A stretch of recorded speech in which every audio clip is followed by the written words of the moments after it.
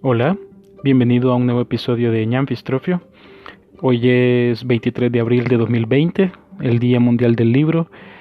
Y no sé, digo hoy que grabo esto, quería al menos hacer una breve reflexión desde mi teléfono celular. Necio, insistente con que estoy fregada de tecnología. Pues sí, porque no queda de otra. No tengo guión, así que por eso mejor dejo toda instancia salvada, o pretendo dejar toda instancia salvada, como escribió alguna vez Humberto Eco, o dijo, o escribió, no sé.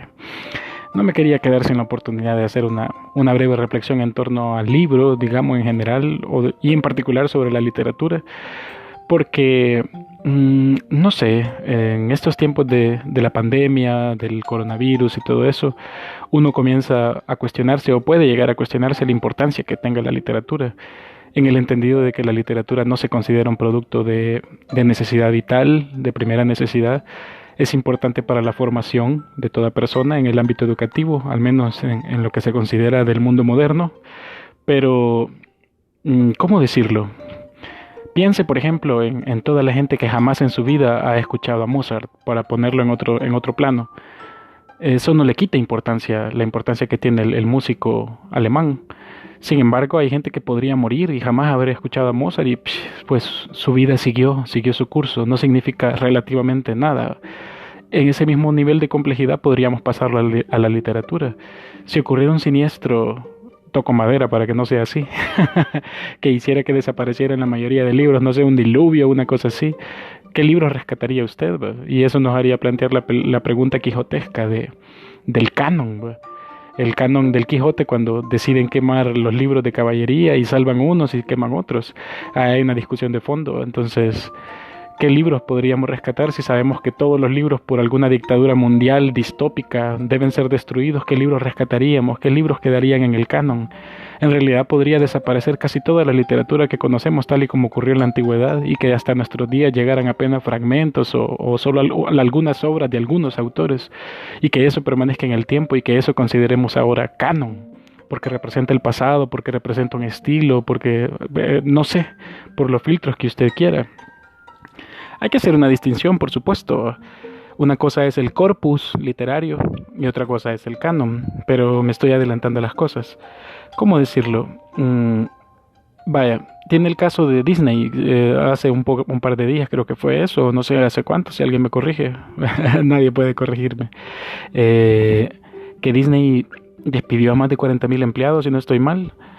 Imagínese, si la literatura la redujéramos a entretenimiento, puede decirse que Disney representa un mayor entretenimiento para una buena parte del mundo, y ellos están en crisis también, es decir, al menos sus instalaciones de parques y todo eso, a los que la gente va y construye recuerdos, y actualmente son insostenibles. Entonces la industria del libro está en una situación todavía peor, que no es prioridad en este mundo.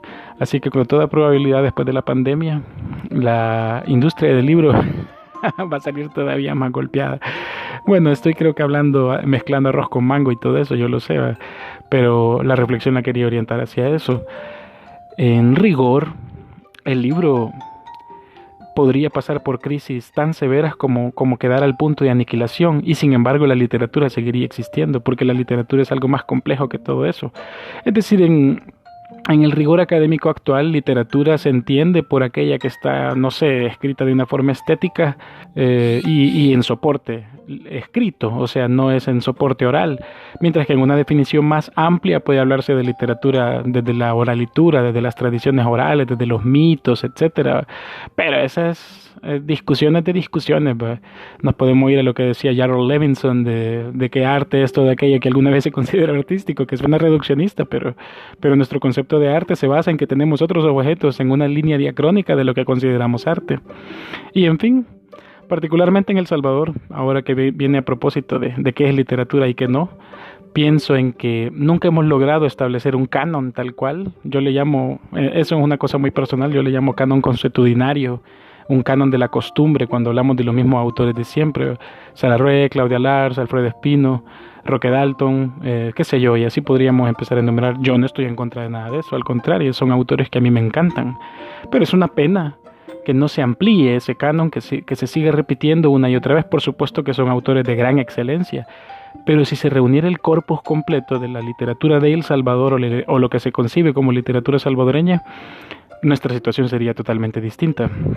Así que dicha esa distinción, corpus es totalidad, o sea, corpus es el conjunto heterogéneo y amplio que representa en la amplitud máxima, valga la redundancia, tanto en sus umbrales como en sus límites, o sea, todo género literario, paraliterario, lo que sea, lo que se comprende como literatura, o sea, tanto en sus umbrales como en sus límites, ¿qué se entiende por literatura? Eso es el corpus. En cambio, canon es memoria. Canon es la selección del corpus que un grupo social dominante, digamos, bueno, esto ya depende de las definiciones, pero yo pienso que así es, que un grupo social dominante, un personaje, una institucionalidad pretenden cristalizar y movilizar para la posteridad, y que esto puede variar según épocas, o sea, ¿qué le puedo decir? Por ejemplo, Shakespeare y Cervantes. Harold Bloom dice que Shakespeare es el centro del canon, y él habla que en Shakespeare hay originalidad, inventiva, genialidad, pero eso es por mencionar un par de ejemplos de una cantidad de méritos que podrían tenerse en consideración y que pueden servir de amplitud y justificación para colocar a un autor y convertirlo en canónico por encima del resto de la totalidad del corpus literario de un país, de una región, en este caso del canon occidental. Pero cuando yo digo originalidad, inventiva o genialidad, ¿hasta dónde puedo estirar esos conceptos? ¿A cuántos autores se los puedo aplicar? ¿Quién determina qué es el qué? Así que esto se vuelve más complicado poco a poco. Humberto Eco, si no estoy mal, fue aquel que escribió de... ¿Cómo es que decía? Eco decía que los autores de ciencia ficción se leen entre ellos. ¿En qué artículo es esto? No me acuerdo. Pero él decía que los autores de ciencia ficción se leen entre ellos y que algunos temas de entre los autores de ciencia ficción migran de historia en historia y que se ha creado una suerte de canon paralelo al de la ciencia oficial. Es decir, un canon específicamente de la ciencia ficción, dando a entender que los robots, que la ley de la robótica, que la naturaleza biomecánica de los objetos, etcétera, todos esos elementos que ahora los consideramos canónicos de la ciencia ficción, también ocurren en la ciencia convencional. ¿Pero a qué quiero llegar con esto? Esto lo podemos aplicar en la literatura. La literatura es un conjunto de cánones convencionales, un conjunto de parámetros estéticos y, como vuelvo a repetir, que decimos que originalidad, inventiva, genialidad, que no sé qué, que lo vamos aplicando de época en época y a través de eso nos sobrevive un canon. Pero ¿cómo establecer un canon per se, digamos, en estado puro? Es improbable, siempre varía según la época, según la institucionalidad, según quien lo defina. Eso sí, el canon no se puede dejar de lado porque entra en una importante consideración al enterarse de que es imposible leer todo el corpus de la literatura, y esto es importante, y es por eso que fallan muchas de las grandes compilaciones, antologías, libros actuales. Hay antologías para todos los gustos en estos tiempos. Hablamos de, no sé, antología de poetas jóvenes, y es una antología de una época, porque dentro de 20 años va a estar desfasada. Decimos panorama de la literatura tal, en el caso de El Salvador, panorama de la literatura salvadoreña. Ese libro está desfasado desde 1980. O desarrollo literario de El Salvador, o ya para los 60 ese libro estaba desfasado. Todos esos libros se encargan de, cada autor de ellos ha intentado canonizar, podría decirse, un corpus de autores, y las antologías también pretenden eso, darnos como muestras del corpus. Pero el mayor problema para las literaturas como las nuestras es que nadie ha reunido el corpus, y ese sería uno de los grandes retos primero para saber hacia dónde apunta la literatura salvadoreña. Igual, hago esa distinción entre corpus y canon porque el corpus como totalidad de la literatura es imposible abarcarlo. Al menos una sola persona no podría leerlo, por decirle algo. Estas comparaciones siempre son como reduccionistas, pero son encantadoras. Si leyéramos un libro al día, serían 365 libros al año, ¿verdad? Lo cual, suponiendo que alcanzáramos una cifra, no sé, loable de 100 años de lecturas, nos darían unos esos 3.000, son 36.500 libros. O sea, eso en realidad, con eso, esa cantidad, no se ha leído todos los libros de la Biblioteca de Humanidades de la Universidad de El Salvador, por decirle algo. O sea, eso para no mencionar que apenas representaría menos del 1% de lo que contiene la Biblioteca del Congreso. O sea, para los entendidos, yo sé que esta hipérbole es innecesaria, pero quería que lo pensara con un ejemplo extremo. O sea, el canon, a diferencia del corpus, cumple históricamente con el deber de recordarnos qué es lo importante y qué es lo pertinente. Y la provisionalidad de las antologías responden a la búsqueda constante de reformar el canon hasta donde resulta posible. Evidentemente no siempre se logra el cometido. Así que, ¿son importantes las antologías? Sí, pero no determinan el canon. ¿El canon qué es lo que lo determina entonces? El tiempo, la memoria. El canon es memoria. Y el canon necesariamente debe seleccionar el corpus porque volvemos al debate quijotesco. ¿Qué es lo que sobrevive? Uno dice, si a usted le preguntan cuáles son los 5 autores más importantes de la historia, siempre hay gente que dice Shakespeare, Cervantes, y eso es maravilloso. Hay alguno que va a decir Baudelaire, yo he escuchado de todo. Otros que dicen Marqués de Sade, por decirle algo. Y así va. En El Salvador, Francisco Gavidia. Pero ¿quién lee a Francisco Gavidia? Pero en fin, no voy a decir yo qué es y qué no, porque también aquí interviene el factor del gusto. Hay autores que mueren durante siglos y reviven de repente en una época determinada. Eso depende de cuáles son las motivaciones literarias de una época determinada. Por ejemplo, en el romanticismo reviven a Góngora. Góngora que había muerto no en el olvido absoluto, pero pasaron unos 200 años luego del siglo de oro en el que nadie había vuelto a leer a Góngora. Total. Creo que me he desviado bastante y ya hablé demasiada cosa de mezcla de unas con las otras. Pero si algún día se hace una nueva historia de la literatura salvadoreña, debe ser con base en el canon, sí, y está bien, pero primero lo que se debería de hacer es reunir el corpus, la totalidad de textos publicados. Así no se van a caer en equívocos bestiales como los autores que he mencionado y quizá algunos otros que preferiría no mencionar, que eligen a su gusto, a lo que ellos creen que se canoniza y en realidad no se canoniza nada, solo eligen del corpus. Eligen una parte del corpus y esta no ha respondido a necesidades sociales, etcétera. Lo mismo ocurre con el canon, güey. No hemos formado un canon que se haya ido preservando, digamos, como memoria, porque la gente no ha vuelto suya la obra literaria. Quizás quien ha gozado de mejor popularidad en ese sentido es Alarrue y Roque Dalton últimamente, pero entre ciertas generaciones, las generaciones actuales cada vez lo van leyendo menos. Bueno, las generaciones actuales cada vez van leyendo menos en general, pero quizás se debe en buena parte a que la literatura no responde a sus necesidades. La literatura salvadoreña, tal cual, quizás ya no representa el estatus de memoria para los salvadoreños en general. Y dado que siempre vivimos en una situación emergente de lo que absolutamente sea y la literatura no se considera un producto de primera necesidad, pareciera ser que la necesidad literaria y la memoria literaria, nuestro canon, siempre se mantiene en un bullicio mínimo. Quizá algún día viva otro estatus, pervive en ella otro estatus. Las palabras se me van, de repente uno se queda con la mente en blanco, no sé si alguna vez le ha pasado, pero bueno, en fin, era algo que se me ocurría en este Día Mundial del Libro. Uno está encerrado y la gente está pensando en cualquier otra cosa, ve la literatura como mero entretenimiento, no lo ven como formación, pero es que también formación se puede extender tanto y se puede estirar como un concepto, no sé. Hay gente que se forma con las telenovelas y esa es su formación. Claro, eso es una forma, ¿cómo decirlo? Es como un reduccionismo decirlo de esta manera. No es reduccionismo, pero es decir, que es una amplitud desmedida que no queda en los conceptos académicamente establecidos, pero se entiende el punto. Hay gente que decide que su formación en comedia, por decir algo, sean, no sé, videos vulgares de YouTube, de algún youtuber que prefiere hablar de chistes sexuales, a gente que ve, no sé, el stand-up como comedia sofisticada, y así, no sé, se me ocurre. Entonces la literatura ocurre o pasa por los mismos procesos. Pero en fin, creo que ya divagué demasiado para una disque breve reflexión que iba a hacer del asunto.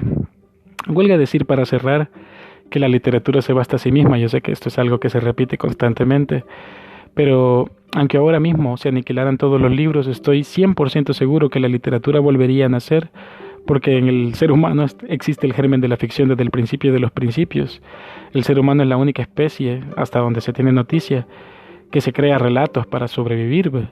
Por ejemplo, nosotros tenemos la vida real, cuando usted se aruña solito su brazo, cuando usted se golpea con algo la cabeza, cuando se intenta hacer daño a sí mismo para recordarse a través del dolor que lo que está viviendo es real. Esa es una realidad.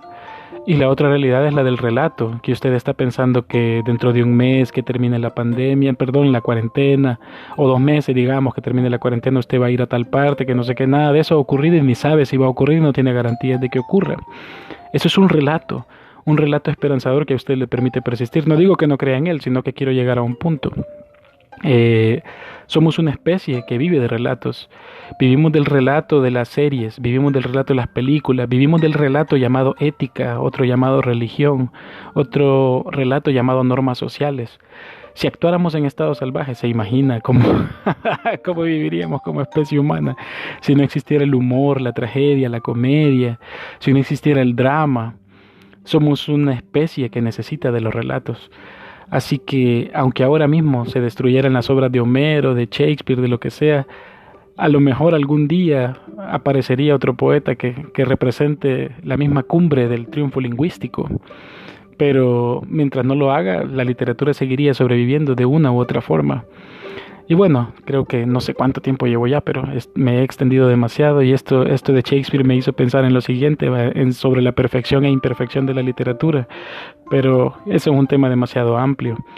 Pero para no quedarme picado y no sé si qué día voy a volver antes de que mi teléfono se termine de chingar, la frase perfecta en literatura tiende a morir. No recuerdo si era Borges quien lo decía en aquella onda de la supersticiosa ética del lector, creo que era eso. No olvide que Borges es aquel que decía, no, es aquel, todo el mundo sabe quién es Borges, pero voy al hecho de que Borges escribió aquel artículo y hablaba de aquella onda de la ética del lector supersticioso. O sea, él habla mucho del término de lector supersticioso refiriéndose a que los lectores de este tiempo son aquellos de sí, debes leer a Dante, sí, debes leer a Shakespeare, sí, que no sé, o sea, y es una actitud no solo esnovista, sino supersticiosa sobre qué autores valen y qué no. Y él decía que el verdadero lector es aquel que se asombra con las frases de cada día, con el escritor favorito que tal vez no le gusta a nadie, pero que a un lector sí le impacta, y que eso es literatura, y eso es saber disfrutar la literatura. Así que por eso hablaba de la supersticiosa ética del lector, algo así, si no recuerdo mal.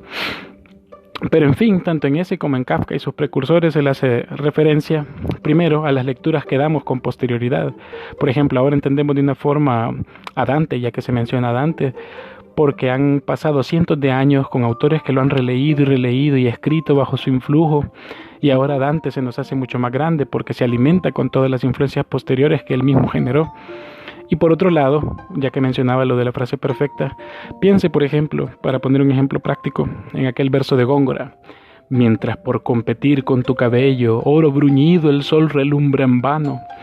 Ahora quizá nadie se pueda sentir identificado ni impactado de esos versos, pero están tan perfectamente escritos que eso los solidifica, los sedimenta, los convierte en piedra, y dentro de cientos de años va a seguir siendo una frase sólida y bien lograda, pero cada vez se va a sedimentar y se va a perder mucho más en las arenas del tiempo, en unas arenas de interpretaciones lejanas y obviamente de menos emoción.